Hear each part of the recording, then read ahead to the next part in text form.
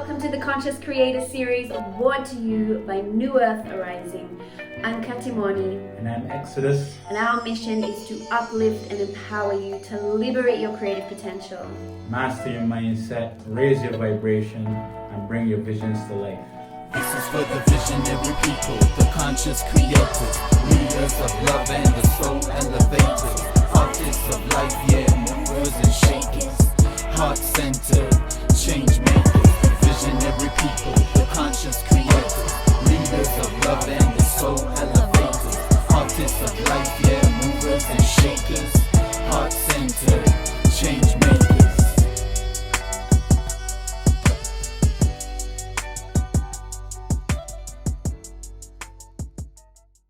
Okay, so welcome, Mr. Monk. So great to have you with us here on Conscious Creator Series. Thanks for having me. Pleasure. Blessings. Yeah. So we're just gonna dive straight in. I'm curious to ask you. You've just released your album, and I'm curious to ask you what kind of foundational experiences have contributed towards your creative journey, and has shaped you as an artist. I'd really love to hear. Yeah, I'd really love to hear what have been like the main factors that have contributed towards your journey as an MC. Yeah, I mean, it's 21 years, professional musician this year. So it's been a long journey, and yeah, I mean, it really started for me just out of the love of hip hop and as a form of escapism growing up in a small town in the Northern Territory of Australia. And there was a small pocket of us that were kind of the outsiders who listened to hip hop and played basketball. And it was just a connection to also the African diaspora. Having moved, lived in Zimbabwe for like 2.5 years when I was like 9 years old, and then coming back to Australia, and that kind of hip hop and dancehall culture was really strong there. So the hip hop was kind of my bridge back into that world, and I just kind of took to it, and I was lucky enough to meet some young MCs in late high school, who were also on that same journey of with African backgrounds themselves. One Haitian brother, Voodoo Dread, big up VJ, and the Ghanaian sensation Kojo, and yeah, we just connected, and that kind of were lucky enough to form a band in the early 2000s that did reasonably well and traveled Australia, and it was a real eye-opener to the possibilities of music and hip-hop, and we had a strong message of empowerment and social and political consciousness, and it was very exciting to be able to share these life experiences and that were shaping me and at the time. That's nice.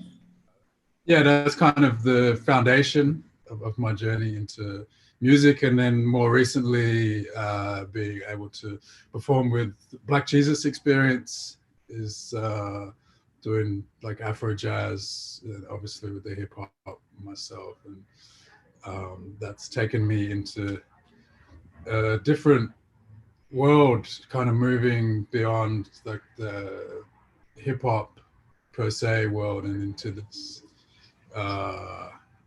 what's commonly called world music, but just this Afro world, and being able to travel to Ethiopia and Africa and tours been a big inspiration and experience for me, and that's definitely shaped myself personally and musically more recently. Awesome, man. Yeah, I've been there listening to your album. I was listening to your album last night, and think the night before as well, and we were just vibing to it just before you came on, and I realized you really mastered the flow. I've just been in Australia for about 7 months or so, which was last year, And I was wondering if Australia had a hip hop culture, had a rap culture. Obviously, I'm coming from the Caribbean, Yeah. where the roots of, a lot of that type of music has influenced our culture. And, listening to your music was very, overwhelming experience for me. And so I'm just wondering, was there any early influence in your beginning stages, like creating your flow, creating your vibes, creating your messages around your music? I realize that your music has kind of a like, kind of a old school kind of Nas, kind of Yeah. Tupac, early Yeah. that early renaissance of rap. That was a big influence of mine, actually. Yeah. In the early, like, around 93, 94. Yeah. Yeah, I got a Nas CD as a present from my grandma, and Oh, actually wanted his second album, and she sent me Illmatic, which was the first oh, one. So yeah. I first got it, I was like, oh, it's not the newest one, but actually Illmatic is probably one of the greatest hip hop albums of all time. And Yeah. so it was fortuitous that was the one. So that album in particular, like Nas, Illmatic, a big influence on me in terms of the poetry. Yeah. It's still very hip hop, but like Yeah. poetic in the sense of a narrative and storytelling and painting Right. pictures. Also Wu-Tang Clan, Yeah. 36 Chambers, like that crazy kindness, that power and the fire of Yeah. flow was a big influence on me, and definitely something that I've carried. Early Tupac, definitely Me Against the World, like when I was, Yeah. I was for me, Pac, he had a righteous anger, but later on it kind of lost me. I kind of grew out of that with the real gangster stuff. But Right. yeah, it was definitely those. Public Enemy was a big one. In terms of like the political, social consciousness, Public Enemy, Takes a Nation of Millions to Hold Us Back. It was like a huge influence, and I think that was my kind of earliest exposure to like the strong Black consciousness movement, and, which was pretty powerful in the early 90s in hip hop. And so it was an exciting time, like the Renaissance, as you say. It was an exciting time to be exposed to hip hop, and even stuff like NWA. It was pretty revolutionary and powerful, and And not to cross you there, but seeing that those early days, well, the Renaissance, in that era, it kind of had it was stigmatized with a lot of gangster messages. So how do you think your style, right, could really disrupt, the space? Because I've been listening to your lyrics. Your lyrics are very, as you said, conscious. You're very poetic with your words, right? And we know that rap music, kind of has that stigma to it, especially with those early artists and stuff. How you think your style could really disrupt the space and really be a catalyst for change and to help empower people and stuff. Yeah, I guess it's just been true to my own story and myself, and I've kind of, with this album in particular, was about the kind of the small p politics, or like the personal dimensions. As we grow older, I mean, I still have that political rage and there's a lot of injustice, but I think this album was more about trying to tap into the universal human emotions of, you know, love, loss, grief, joy, partying, kind of, and it's just it's true to my lived experience, and in that sense, there is a commonality, I hope, for the universal human condition. And that's kind of what I'm trying to distill at this point in my career, you know, like trying to tap into, it was, you know, a friend of mine, Komodo, his father passed away recently, and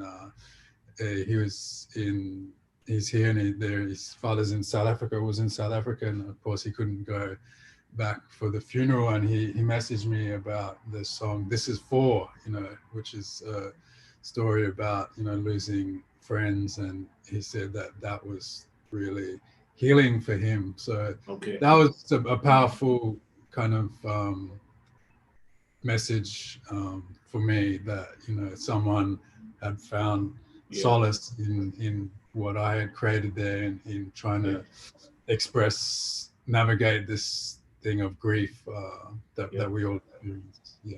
That's beautiful. And it's beautiful when you really feel how your artistry can impact others in ways that are like beyond what you even imagine.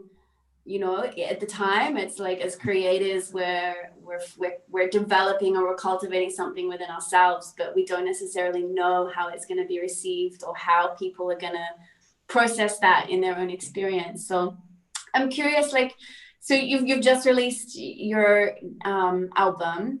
So, you know, what are some of the key messages that came through in this album, and how intentional were you about that? Was it something that just kind of, you know, flowed and downloaded through you, or was it an album that you really sat down and intentionally put together with a certain vision, or what was the process like for you? It just evolved naturally. I didn't originally, myself and Inkswell, the producer, we were working more on like a mixtape type of thing. So he sent me some beats, and I just kind of like had some verses that I hadn't used, and just put like this verse from that, and it was like, you know, and then as we got into it and we kind of got more into the process, those kind of fell by the wayside, and the vision for like a full-length album came into being. And when I kind of realized like the magnitude of doing an album and all the great albums that I know and love, like Illmatic, it's a journey, it's a narrative, and I was really conscious of, you know, the power of the word is to not have a word just for the sake of it. Nothing is out of place, like every word is weighted, and I didn't consciously have a theme for the album, like as an overall vision. It just kind of flowed, and I think just what I was speaking about before, trying to express the things closest to my heart, and the music just kind of naturally complemented that, and you know, it created this journey. So it was a very natural download kind of nice. And I think that's always been, you know, my style. I know artists have different ways of, I guess, channeling those downloads. For me, I'm a visual artist. I do painting and I design clothes and stuff. But before I do any artwork, I like to go outside and probably do a workout or exercise to really get my brain, you know, kind of shake up my brain a bit, you know, before I start to create. I know some artists that they like to get in Zen states of being before they start to create. Some people meditate. Some people go out in nature, sit down on the top of a mountain. People have different ways, you know. But I just wanted to ask you, could you explain the meaning of the song Crossroads? I saw that I think on your album. Yeah. If you could break down that song for me. Yeah, that was with my friend Lanius who sung that hook, and Yeah. you know, I had this one of the first verse was already in place, and he was just kind of riffing on that bass line, and that just came to him, this idea of the crossroads. Okay. And for me, I think it represents this aspect of humanity, kind of on this freewheeling kind of train of, like, you know, capitalism and, you know, everything that's going on, and this kind of industrial war complex, and the destruction of the environment. And so it's just like, oh, I don't know which way to go. The devil's at the crossroads. So, you know, it's about also like the personal choices that we have, to go one way or the other. And the devil at the crossroads is it's a powerful kind of symbol, you know, from like time of Robert Johnson, and, you know, he supposed sold his soul at the crossroads to get his talent. And it's like a mythological kind of reference of choice and power. Yeah, I love that. That's such a powerful symbol, and it's like so reiterated throughout culture, you know, that crossroad symbol. Yeah, and really waking humanity up to the power, like the power that we have, the choice, you know, the decisions to make. Yeah, exactly. Yeah. So Nikolai started talking about, you know, how he gets into a creative zone, and how he like gets in his, you know, in his state, the right energetic state before he starts creating. And I'm curious, what's your creation process like when you're like getting into a flow? Or is there any kind of like little rituals or certain practices that you have that just help you tune in? I don't specifically have like a ritual, but in my everyday life, and especially at the time that this album was created, it was doing a lot of qigong, falun gong, meditation and yoga. And it's like what you described, the Zen state, because we can create the stillness within ourselves, then we are more powerful conduits for downloads, for streams of consciousness, and you know, creative flow. And I was kind of fortunate at the time that it was in the time of like a COVID lockdown, and so I wasn't working as much as I had been, and that kind of stillness that was existing with not being able to go out or go to clubs, see shows. So it was a very creative time, and being, you know, meditating and doing qigong, just kind of like allowing what the message to come through and flow. Nice, man. Yeah. But generally it's just vibing to the music, you know. It's just letting the beat speak, like what speaks to you, and what mood and emotions and messages come up. Just letting it loop over and over, getting in that zone. Amazing. It sounds very similar to my creative process as well. And I feel like with a lot of the lockdowns and things that have been happening, it really has given us all an opportunity to really just let things rise to the surface and to bring that healing for people. And I always feel like creating is not so much just about like output all the time. Like a lot of the process for me personally is around just listening and being available to actually listen beyond, you know, just what's circulating in our mind, but being able to tune into that that higher consciousness, or that, you know, that flow that's wanting to come through. So yeah, I really resonate with that. Definitely, Yeah. Mm. Yeah. So seeing that we're on that point of, you know, talking about Zen states and meditation and consciousness, we know that this has some type of link to our spiritual being as we're spiritual beings.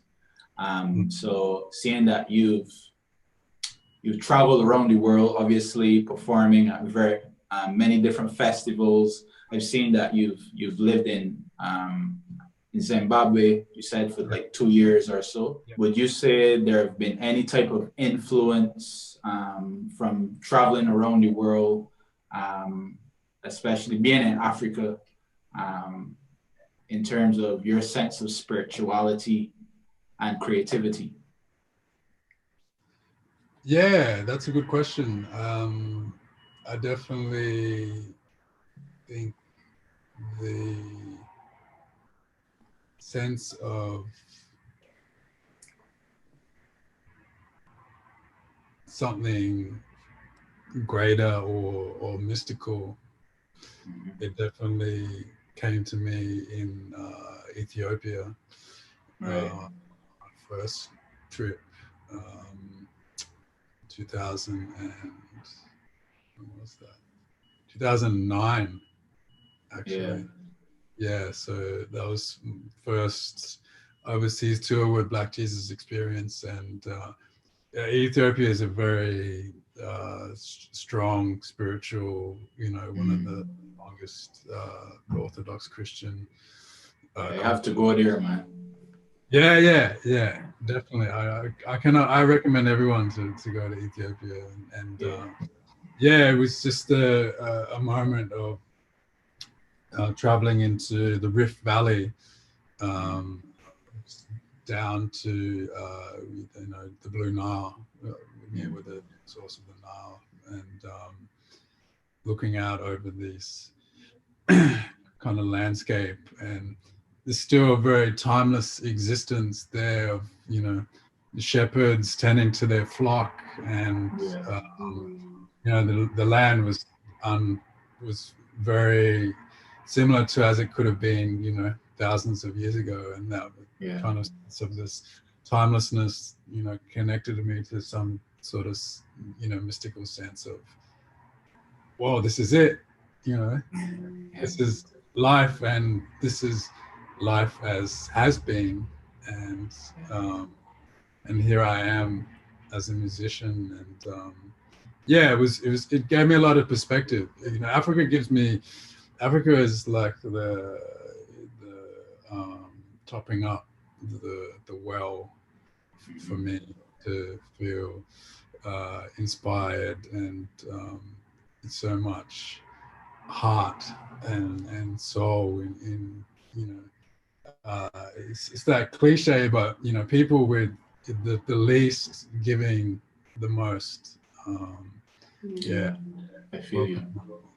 Welcoming, and yeah, it definitely put everything in perspective for me. So you've been in the industry for 21 years, and I have no doubt that that has come with a lot of challenges and obstacles, and you know, trials, that, you know, things that you've had to overcome throughout the journey. And I have two questions around that. What do you feel like have been some of the major blocks or obstacles that you've experienced as a creator? And what do you think it would be the key for a sustainable career in the music industry as well? Yeah, there's two aspects to that. I think, for me personally, and probably for a lot of artists in Australia, there's opportunity. The greatest block is ourselves. You know, self-doubt, it's imposter syndrome, it's procrastination, Yeah, I've been fortunate to, have a lot of amazing experiences and opportunities. And yeah, I think for myself, the greatest challenge is just mastering self-belief and believing in it, and then following that through with this album has kind of been testament to what happens when you do follow through and have faith in your vision. Yeah, definitely. I think this, Australia, speaking specifically for Australia, like the music and the creative industry is so undervalued. I don't think that the government is kind of supporting and nurturing the industry to the capacity it should. And you look, for instance, with this COVID situation, a lot of artists been struggling, and the support for the music industry, which is such a vital part of this culture and society. It gives color, it gives life to so many people's existence. And I think when that was taken away, that was such a big absence in people's lives. Just if you want to think about life without music, people could think about that time when they couldn't go to live music, they couldn't go to clubs, and it's like, what have we got? We have our own creativity, and hopefully people could tap into that.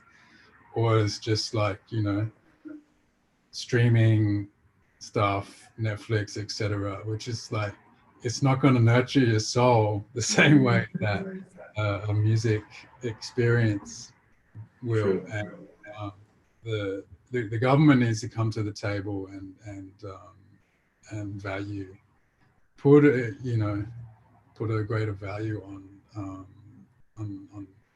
that. A sustainable creative, that's a tough one. that is the great quest as an artist. I think is the hustle. Yeah, it's we do live in this age of Spotify, so we have exposure to a huge global audience. Are we getting adequate compensation for plays? Are we getting adequate payment from these streaming services? Probably not. Are we getting a great exposure? Yeah, it's probably going beyond the confines of the small market that we have here, and tapping into the global audience. I think that's a challenge. Yeah, so really getting out there and being able to tap into an international market and reach people beyond just the local scene. Absolutely. Yeah. You talked a lot, like you talked a bit then about self-belief, and I'm curious to explore this a little bit with you, because this feels like one of the biggest blocks that we help creators work through in a lot of our mentorships and programs. Self-belief is a key theme that seems to just come up a lot. So I'm curious, like, what kind of advice or guidance would you give to a young creator, or someone who's just kind of emerging in their creative journey? What kind of advice would you give to them, or even to your younger self, around self-belief and really being able to back yourself? Because it takes so much, courage and audacity to be able to put yourself out there like that. You need to learn to master or tame the voice of self-doubt. As an artist, there will always be that voice which will weave its way intermittently, or depending where you're at, either overbearingly or just in the background of like, this isn't good enough, or who's going to like this. And I think the main thing is to stay true to your vision and intuition. And yeah, if you're creating something that comes from a place of pure spirit, and just honor that, and crush that voice. I heard it described as, there's it's like a flatmate within ourselves.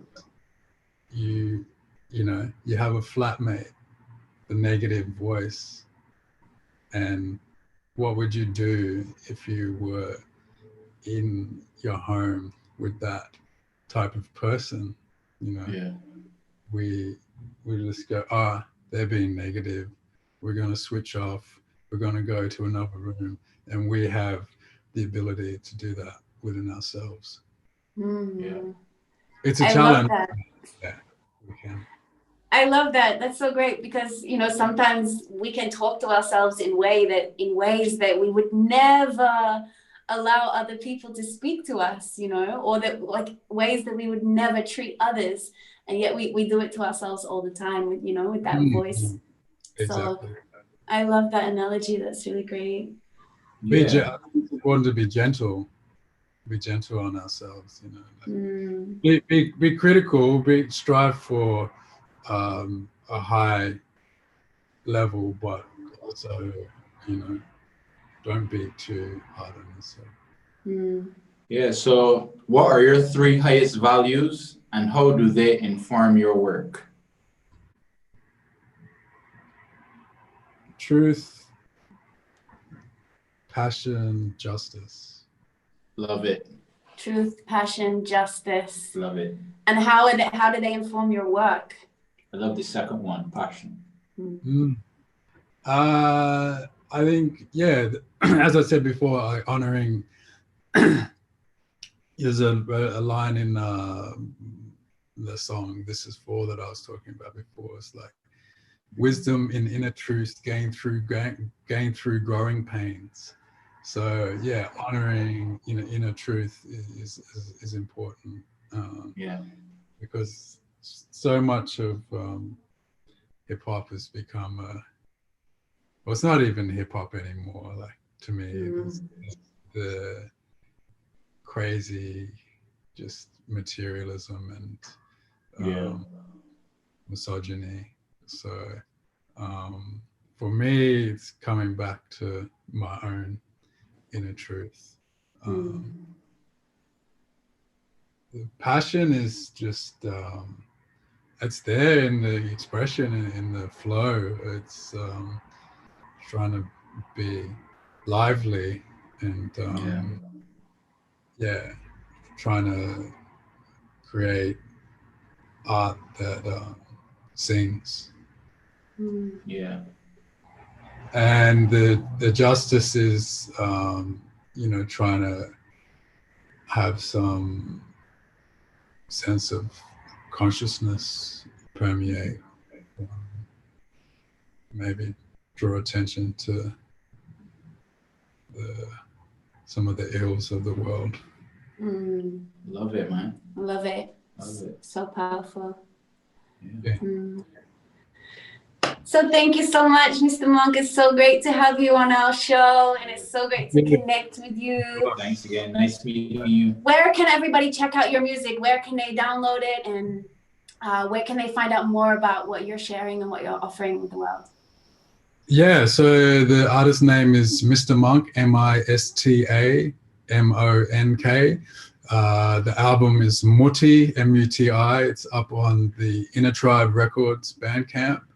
And you can find me on Facebook and Instagram and all those good things. Yeah, so keep an eye out. There's there's more coming, and check out the album Muti. Yeah, hope you dig it. Thanks so much for tuning in to another episode of Conscious Creatives. Yeah, you can follow New Earth Arising on Facebook, Instagram, and YouTube. And check out our website, neweartharising.com, to learn more about our coaching programs and our merchandise. Yeah, it's your boy Exodus. And your girl Kattimoni. Keep rising, keep shining. Yo, peace. This is for the visionary people, the conscious creators, leaders of love and the soul elevators, artists of life, yeah, movers and shakers, heart centered.